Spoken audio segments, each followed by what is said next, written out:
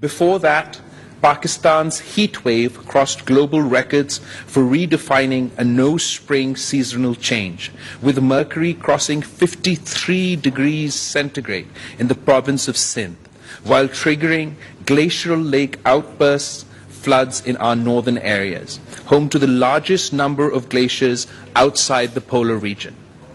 The current cycle of super flooding we see today then is part of these extreme weather patterns. Unprecedented levels of cloudbursts, torrential and uninterrupted rain have caused widespread devastation, triggering both urban flooding, river floods, hill torrents, landslides, resulting in the loss of human lives, livelihoods, livelihoods and livestock, and severe damage to property and infrastructure. Southern, central, and northern Pakistan have been the worst affected, particularly Balochistan and Sindh. It is feared that the scale will exceed that of the 2010 mega floods or super floods. Nature is sending us all a new message, and because of its geographical location and a confluence of other vectors, Pakistan has become the ground zero of this century's biggest existential threat, global warming. In some areas, the water is just everywhere, in an unbroken horizon of inundation. 72 districts have been declared calamity hit. Over 33 million people have been affected, which is the size of a small country. More than 1,100, including women and children, have lost their lives, and many more are injured. Livelihoods are severely impacted with the loss of livestock, not to mention crop losses, among other crucial sources of sustenance. Hundreds of thousands of women, children and men have been displaced and forced to spend days and nights in camps and open areas under a merciless sky. Lack of access to food, clean water, shelter, and basic health care is making life harder for them with each passing day. Critical infrastructure, roads, bridges, and railway networks have been seriously damaged and destroyed.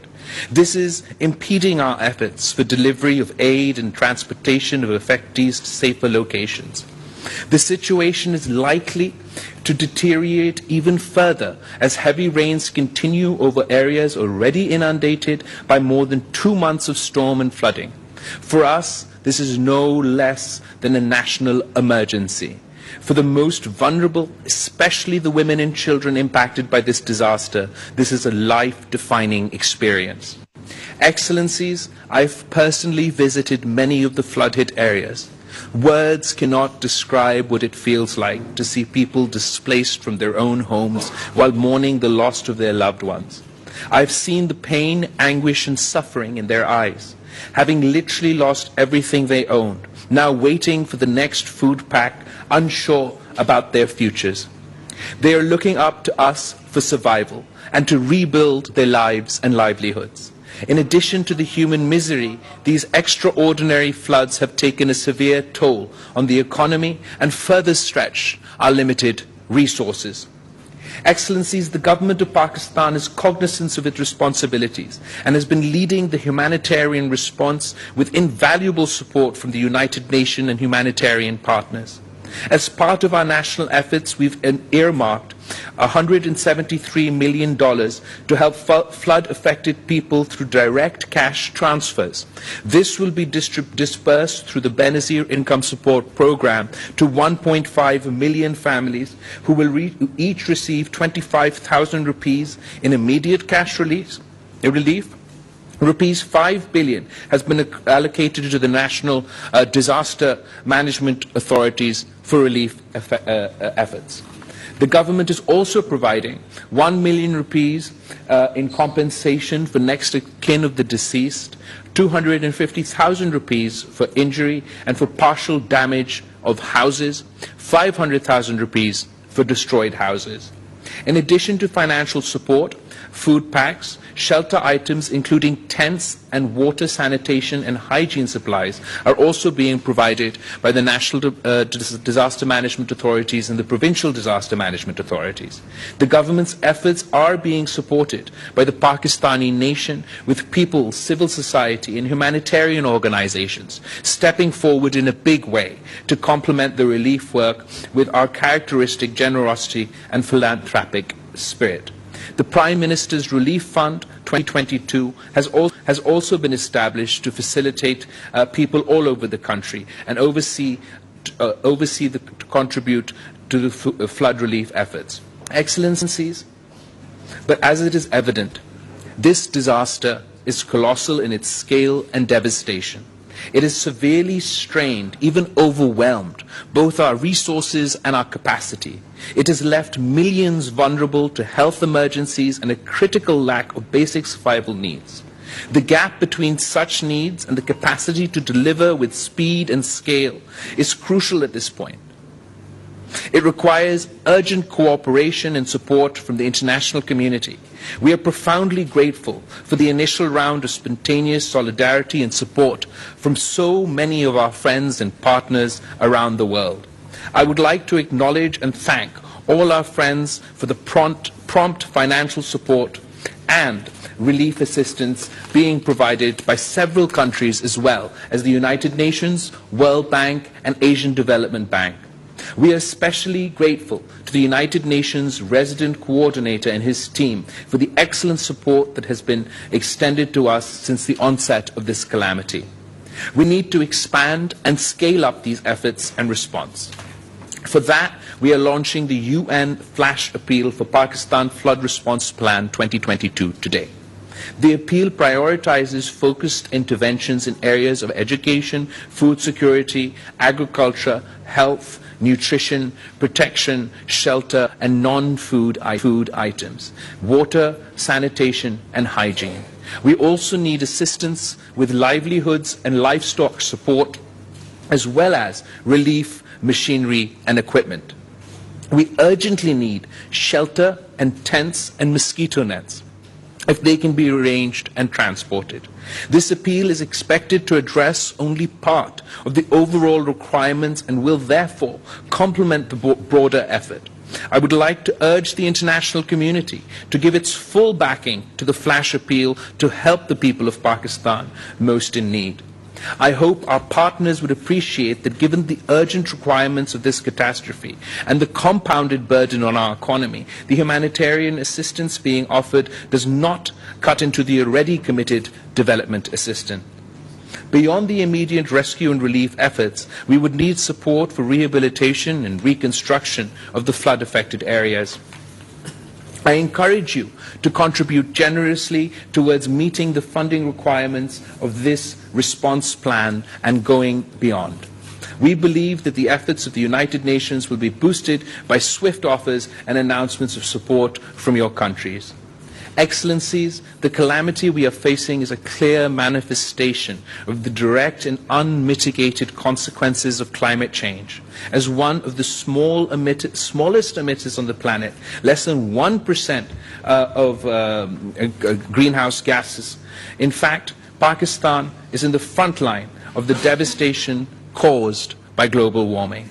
This mega flood has once again made us acutely aware of our vulnerability to recurring climate shocks. Such episodes are becoming all too frequent and increasingly more devastating. I hope you will agree that both the spirit of climate justice as well as humanitarian assistance, the international community needs to step up and share the burden with those most affected and impacted by rapidly changing climate and weather patterns.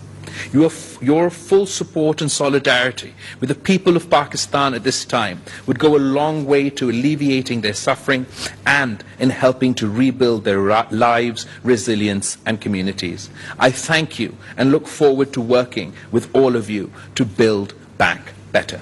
Thank you. Thank you very much, sir. Wazir Kharja Bilawal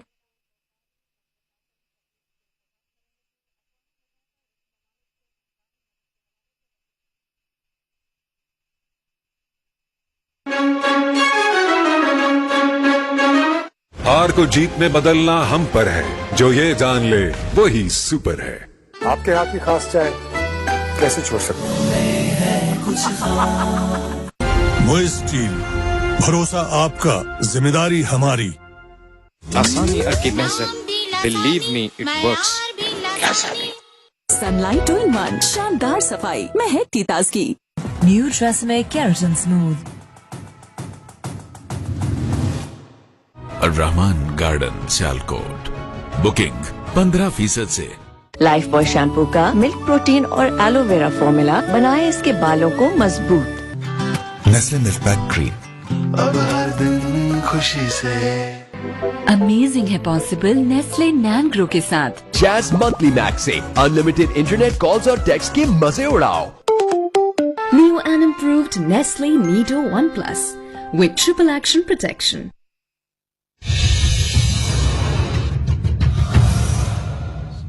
And it requires the world's collective and prioritized attention.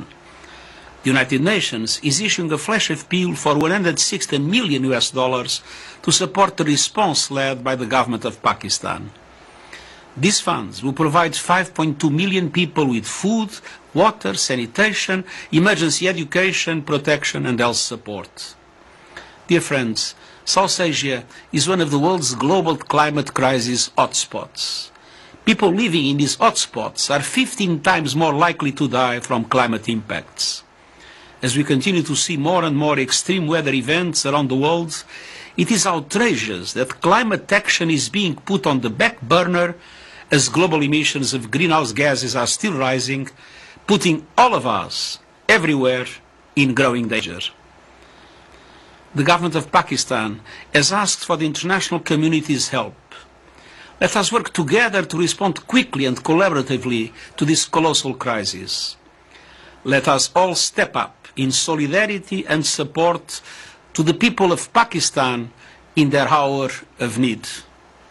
Let's stop sleepwalking towards the destruction of our planet by climate change. Today, it is Pakistan. Tomorrow, it could be your country. Thank you.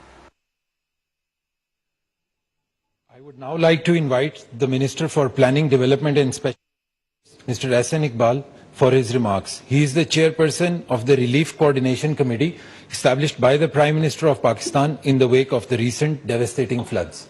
Over to you, sir.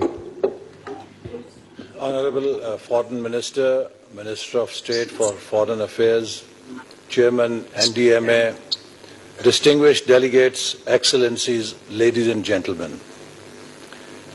I would like to thank on my own behalf and on behalf of the people of Pakistan, the international community and the development partners for the concern and support they have always extended and for their involvement in assisting Pakistan during present times of need.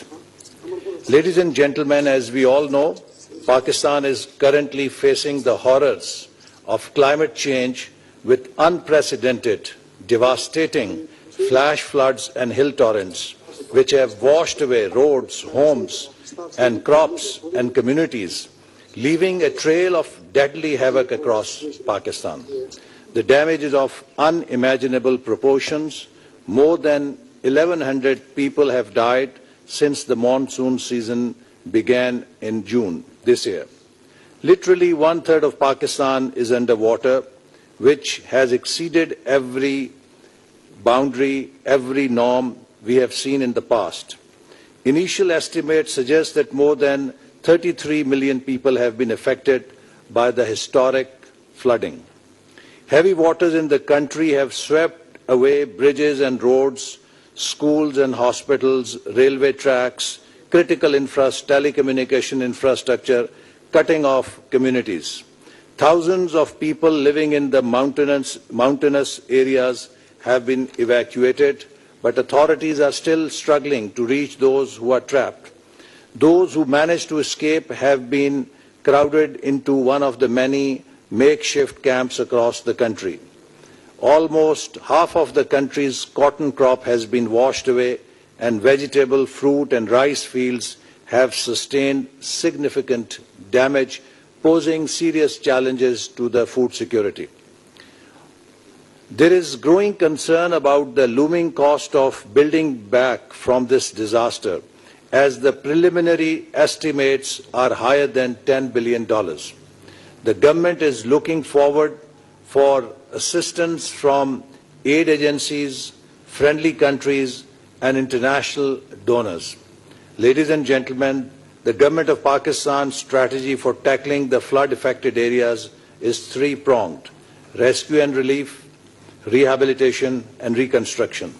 The UN, due to its vast experience in emergency response, is leading the relief phase in consultation with NDMA and provincial governments. UN Humanitarian Coordinator has initiated the process of triggering a UN flash appeal, which we believe will go a long way in accelerating our effort to take care of the relief phase in shortest possible time. We are very grateful to the UN resident country coordinator who has extensively traveled through these areas and has extended full support in making this flash appeal possible in shortest time. For the rehabilitation and reconstruction phase, the World Bank is preparing to undertake a World Bank and Asian Development Bank are preparing to undertake a damage needs assessment study. This is a time-consuming exercise, and the results shall be shared with the donor community in due course of time. As said earlier, the magnitude of the crisis is increasing with the passage of time. Accordingly, the Government of Pakistan would like to seek the support from the donor community, both for the ongoing relief efforts and for the rebuilding process. Pakistan looks forward to a positive and visible response from the international community in this regard. And may I also say that Pakistan has also initiated an initiative for building a resilient infrastructure to face the challenges of climate change at UN level platform. And we do hope that international community will realize that this is, as the Secretary General said, that this is Pakistan today, it can be any other country tomorrow. We all have to join hands in order to fight the effects of climate change and make the world a safer place for everyone living on this planet. Thank you very much. I thank you, sir. I now invite the UN Resident and Humanitarian Coordinator in Pakistan, Mr. Julian Harnais, to please share his views with us. Thank you. Foreign Minister, Minister Panning, Madam Minister, Chairman NDMA, Ministers, Chief Minister, Ambassadors, friends. Like many of you, Foreign Minister, Chief Minister of Sindh, Chairman, I spent the last week in the districts of Pakistan, Baluchistan and Sindh. The scale of the catastrophe is beyond my comprehension. We were going through kilometre after kilometre through central Sindh, where all you could see was villages on the move. I literally saw tens of thousands of people just packing up what little they have, throwing it into trucks or just parking it by the side of the road, and trying to find a dry place to put their village. Piles of charpoys, mattresses in the rain. Thousands of people, parents, children, just looking around and going, what happens now? How am I going to protect my child from getting sick? What am I going to eat? Where am I find water? Where will I sleep tonight? And this all across Sindh and much of Baluchistan. And their hands were stretched out, asking for help, our help, your help. Now's our time. This is all the result of climate change. Now, climate change is a polite way of saying the unwanted consequence of the industrialization of our planet. This is an internationally driven problem, and therefore it is only right that part of the solution comes from us. I also saw good things. I saw the government out there. I saw deputy commissioners pulling together their people across the country. ministers out in their constituencies doing everything they could to bring together their people. The first distributions of bits, people receiving their little messages saying that, come in for the assistance. These are all good things. Most touchingly of all was the generosity of the people of Pakistan at all levels. Be it rich, poor, they were all reaching into their pocket, giving out to those of their fellow citizens who needed most. And we need to do the same. So now's the time for the international community to step up next to the people of Pakistan. Climate change-driven catastrophe demands international solidarity. The United agencies, funds and programs, well, we started responding, so have the non-governmental organizations, both national and international. But we are limited by the financial resources available to us. This flash appeal will help to correct that. The flash appeal will build upon solid foundations. Since the last superfloods of 2010, which were not of the scale of this one, the government, with your support, has built strong foundations. The Benzene Income Support Programme, at a press of a button, can distribute money to tens of thousands, hundreds of thousands of people. That didn't exist back then. We've strengthened National Disaster Management Authority and the PDMAs and the DDMAs across the country. There's a network of humanitarian response facilities that can be used to build a strong response. That didn't exist in 2010. So we're building upon strong foundations. Our international humanitarian appeal for the United Nations and non-governmental organizations will build upon that strong foundation.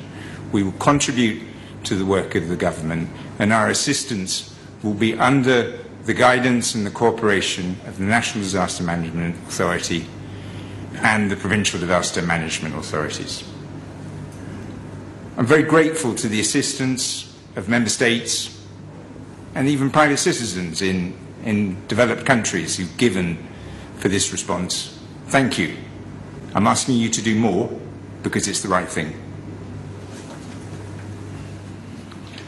Thank you very much, Mr. Harnais. I now request the Chairman of the National Disaster Management Authority, NDMA, Lieutenant General Akhtar Nawaz, to give us an overview of the flood situation in the country. Please, sir. Honorable Foreign Minister, Excellencies, ladies and gentlemen, Assalamu alaikum and a very good afternoon. The presentation that I'm going to make is based on a PowerPoint. It's more technical in nature to make you understand the impact, the losses, and what are, the needs. I would draw your attention to the very first page of the presentation, which actually sets stay on to previous one, which actually, talks about the climate change and ultimately, its outcome. Next, please. If you look at this slide, we lost this spring this year, 2022. We moved directly from winter to the summers. That was followed by 4 heat waves, and where we faced forest fires, and our large tracts of the forest remained on fire for weeks.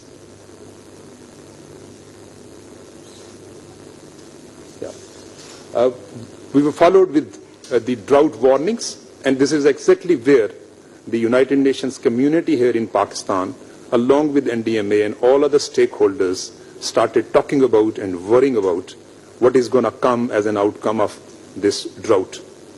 But then came, what we faced, the early and unprecedented monsoon with very horrific consequences. Next, please.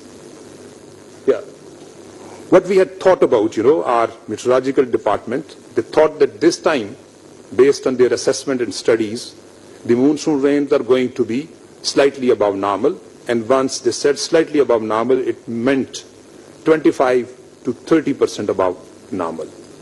Next, please. Based on, this assessment, through the effort with our all stakeholders, that is the provincial disaster management authorities, the federal agencies, the UN offices and systems here, the humanitarian organizations, we carved out a contingency plan for the monsoon 2022 and issued this plan on 12th of May. This was immediately followed by an exercise, simulation exercise, jointly conducted by United Nations and the National Disaster Management Authority, where all the stakeholders relevant to the disaster management participated overwhelmingly. Next, please. Coming on to what happened after having gone through, the estimates that we had forecasted. Contrarily, this is what we got. Overall, in Pakistan, 186% more rainfall compared to 30 years normal average. The Sindh got the highest, 466%, followed by the Balochistan. Even all other provinces and regions are also above the normal average of 30 years. Next, please. This is a very instructive slide, and I would like to explain it in a bit more detail. Our traditional monsoon areas lie in the north of the country. These are into the Azad Jammu and Kashmir, northern and central parts of Punjab, Khyber Pakhtunkhwa, eastern portions of Balochistan, and the northern parts of Sindh. This time, instead of going to the traditional areas, the monsoon actually first hit us in the first two spells into the province of Balochistan and South Khyber Pakhtunkhwa, including the two districts of Diyai Khan and Tank, followed by a massive build-up of the rain in the next three spells into Sindh, and then moving up north, the last spell towards northern part, including Azad Kashmir, KP, northern Punjab, and Gilgit-Baltistan. If you look at this slide, this explains how much the rainwater has come down from the skies directly into various areas, coupled with the flash floods, hill torrents, leading to urban flooding. This is something we had never thought of and we had never experienced, and that is where the challenge lies. Next, please. Yeah. As an outcome of all this rainfall and what we got as an outcome of the climate change, today, inundation. Next, please. If you look at the second one, this is where the river Indus moves, and this is the Larkana. The complete district has been inundated. Next. If we talk of the numbers, more than 2 million acres of the agriculture land, 33 million population, 5,127 people rescued, and the persons in the camps are near 500,000. Next, please. The figure has crossed 1,100 in case of deaths and 1,600 in case of injuries. The brunt has been borne by the vulnerable, that is the women, children, and the elderly. This is likely to increase due to massive inundation, where the houses are coming down and people are still facing the challenges to the survival and life. Next, please. If you look at this slide, this speaks of the infrastructural damages and also the loss of livestock. The most critical out of these are the bridges on our critical arteries and roads, the damages to the houses in a very, very large number, and this is unfortunately likely to increase, and also the massive loss of the livestock. Next, please. Once we speak, our two major water retaining structures, that is the Tarbela Dam and Mangla Dam. The Tarbela Dam has gone to its full capacity, whereas Mangla Dam, which used to be filled by this time, is still vacant by around 53%. And the reason is that its catchment areas, traditional monsoon areas, didn't receive the rainfall. Next, please. As we speak, this is what is the condition of our various rivers running down from north to the south. We are still having, high floods, medium floods in certain, and a very high flood at Lushera. But however, the situation is not very, it's under control. There is nothing to worry much at the moment. We are grappling with this situation that is being faced here. Next, please. I'll just, show you some of the videos, very selected one, to just highlight how difficult and, tough it was. Can we have the video?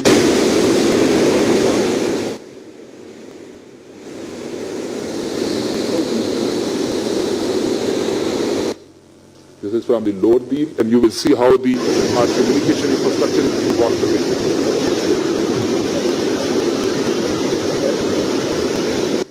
This one from Khyber Pakhtunkhwa in Shanghai.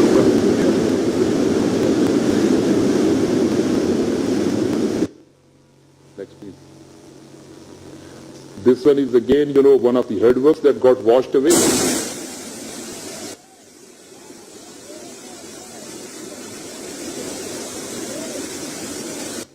Next one, you will see how the infrastructure, the buildings have been washed away.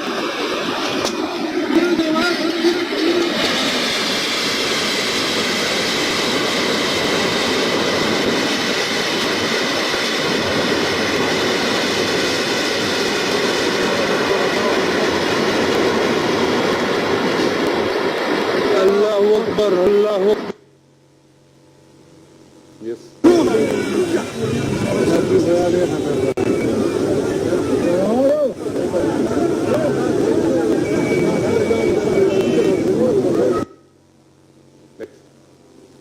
Can we go to this one? This is Azad Jammu and Kashmir. And the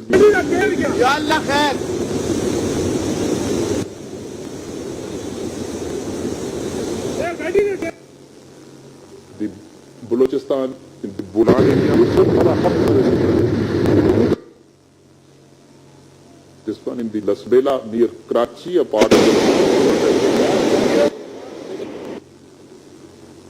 Tonsa Barrage, Islamabad. Next, please. If you look at the complex of the houses, this is how thousands of houses and complexes are inundated in the province of Sindh as well as in Balochistan. If you look at this is the Lasbela, how the people are finding the safety wading through the gushing water. This is where the people are being helped out to the safety. Next. As we speak, the people are being taken out from the inundated areas. This is what was in the Karachi area. Look at the people really stranded in the mid of these running streams. Next. This is what is the condition as we pull them out, put them to some kind of temporary shelters. If you look at the infrastructure, the massive damage to the critical infrastructure all across the country. This is where the vulnerable group that I was talking about stays. Next. This is a very critical the infrastructure that we are losing, and this is the extent of the damage. It will take a lot of time and massive finances to rebuild. Next, please. Coming on to the response by the federal government, the provincial governments, rescue relief by civil administration, disaster management authorities, duly supported by the armed forces, even the civil society, the humanitarian organization continues as we speak. A committee has been established at the federal level, which is headed by Mr. Hassan Iqbal, the chairman of the committee. He's the Minister for Planning and Development. There are a couple of other ministers who are guiding and coordinating the rescue and relief effort. The emergency has been declared at the national level. Army has been requisitioned to carry out, the relief and rescue operations in support of the disaster management agencies. There has been an enhancement of the compensation package. I will not go into the detail. That has already been partly covered. Next. Benzene income support program, one of the best social protection program, is already rolling out at a very fast speed into all provinces. NDMA carried out a rapid need assessment and shared this one with our Ministry of EAD so as to share it with the donors, and that has already been done and they are working fast pace on it. There was a donor conference, a number of them actually in the Ministry of EAD as well as headed by the Prime Minister. A joint survey by the provincial disaster management authorities, duly supported and assisted by NDMA and the Army, has already taken off in the province of Balochistan, and it will go on to the other provinces as well. Next, please. Coming on to the relief assistance, so far the relief assistance that has already reached to the flood affectees is as flashed. As we speak, more and more is pouring in because the need is so high and it is so deficient, so less for us to give them the requisite the relief effort. Next, please. As we speak, the rescue and relief continues. The people are being pulled out, provided with the medical facilities, with the shelter. Next. Humanitarian organizations are also moving in and trying to help out. Next. If you look at these pictures, there are so many humanitarian organizations that they are moving in, being coordinated by provincial disaster management authorities at province as well as district, as well as the National Disaster Management Authority at the national level. Next. Wherever it is we find some space, the tent villages are being set up, the medical is being afforded, and also the food parcels are being distributed. Next. Next, please. Still, the people are being brought to the safety using all kind of expedients, boats, etc. Next. As we speak, we have massive effort of the aerial lift capability. The Pakistan Air Force, Pakistan Army, Navy have put their all aircrafts available to do the rescue and relief operations. Next. Coming on to the last slide, what is the immediate and critical need? Already the earlier speakers have mentioned about it. These include the shelters and tents, food security, including the nutrition for the children and for lactating women, health support, water and sanitation, support for the livestock, and of course, once we move out of it, reconstruction and rehabilitation. I thank you all, ladies and gentlemen, for patient hearing. Thank you very much, sir. I would now like to hand over the floor to Mr. Ramesh Rajasingham, the head and representative of the UN Office for the Coordination of Humanitarian Affairs in Geneva and the director of the Coordination Division of OCHA. He will now conduct the proceedings in Geneva. Over to you, sir. Thank you very much. Excellencies, distinguished delegates and colleagues, we have just heard from our distinguished speakers from Islamabad on the enormous impact of floods and the priority needs and in response to the requirements of the Pakistan flood response plan. Here in Geneva, I am joined on the podium by His Excellency Ambassador Khalil Hashmi, Permanent Representative of the Islamic Republic of Pakistan to the United Nations Office and other international organizations in Geneva, the UN High Commissioner for Refugees, Mr. Filippo Grandi, the Under-Secretary General for National Society Development and Operations Coordination of the International Federation of the Red Cross and Red Crescent Societies, Mr. Javier Castellanos Mosquera. And in this room, we have with us also representatives of member states and partner agencies and organizations who will have a chance to contribute to our discussions if they so wish to do so. I would now like to hand the floor to His Excellency Ambassador Khalil Hashmi. Thank you, Ramesh. Honorable Foreign Minister, Minister of Planning and Minister of State Foreign Affairs of Pakistan, Chairman National Disaster Management Authority, Pakistan, Mr. Julian Harness, UN Coordinator, UN Resident Coordinator in Islamabad, High Commissioner Filippo Grandi here in Geneva, Under Secretary General for IFRC, Director OCHA, Ramesh, thank you so much. I want to begin by thanking you all here in Geneva for making the time and for attending this briefing. On behalf of the Pakistan mission in Geneva, I would like to echo our gratitude to the UN country team in Islamabad and OCHA office in Geneva. Thank you so much for all your support in putting this briefing together. We've just heard the overview of the unprecedented calamity and catastrophe, its human impact, the damage and needs assessment. And as the Secretary General said, Pakistan has had the monsoon on steroids. So I wouldn't want to go into those details. I just wanted to make a few points.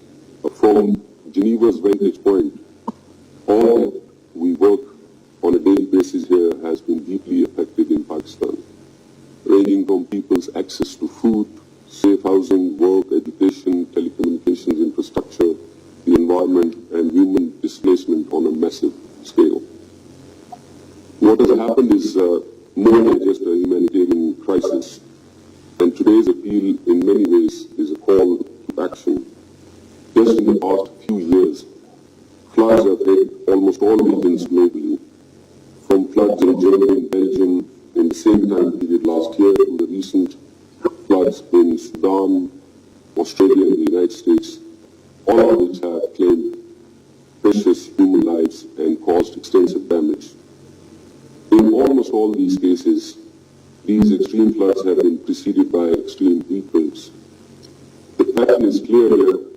The scientific evidence points to one fact, that climate change has exacerbated these extreme weather events.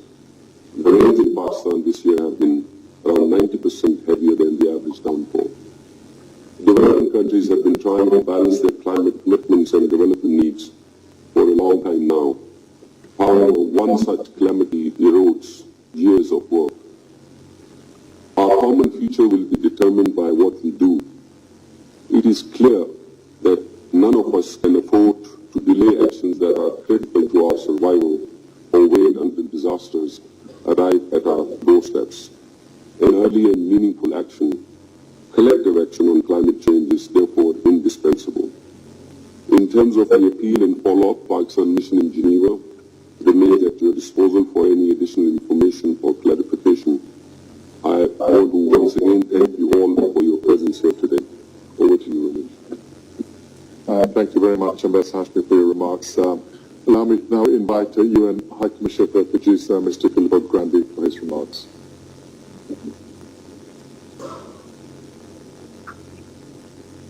Thank you.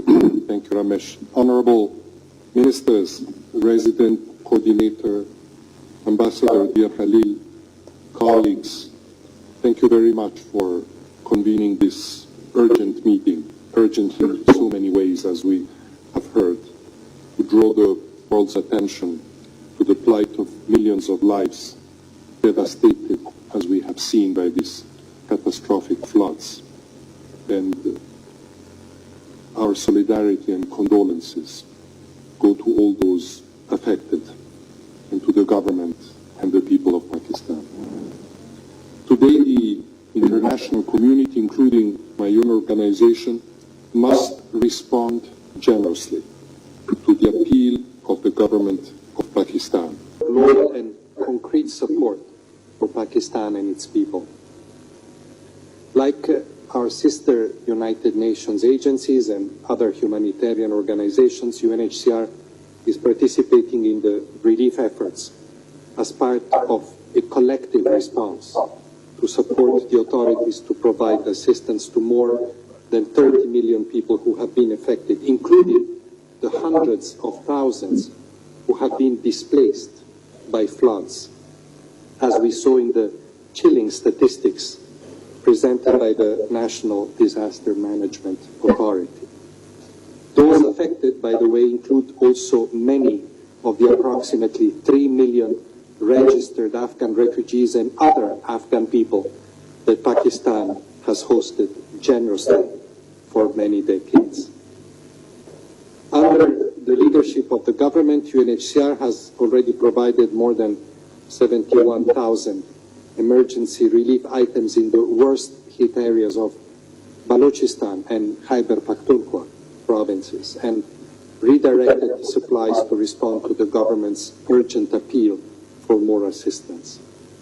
And to mitigate the ongoing effects of this climate emergency, and once again alongside with many other agencies, we have delivered supplies to help households build up defenses around their homes. And this assistance has helped villages, Pakistani villages, refugee villages, in mitigating the effects. But much more, of course, is needed. And I would like to join previous speakers in encouraging all donors here today to fund the flash appeal and the UN's ongoing programs in the country and to help the government and the people of Pakistan as they respond and rebuild. And I hope and trust, like the Secretary General said and like Ambassador Hashmi just said, that this terrible tragedy will also be an opportunity to accelerate the increasingly urgent measures that we must take, at least to mitigate the effects of the climate emergency globally, including, as we witness in Pakistan today, tragically, widespread loss of lives, livelihoods, property and infrastructure, and large forced human displacement. We have said it so many times, dear friends, we're running out of time. Thank you. Thank you very much, Mr. Grandi, for your remarks.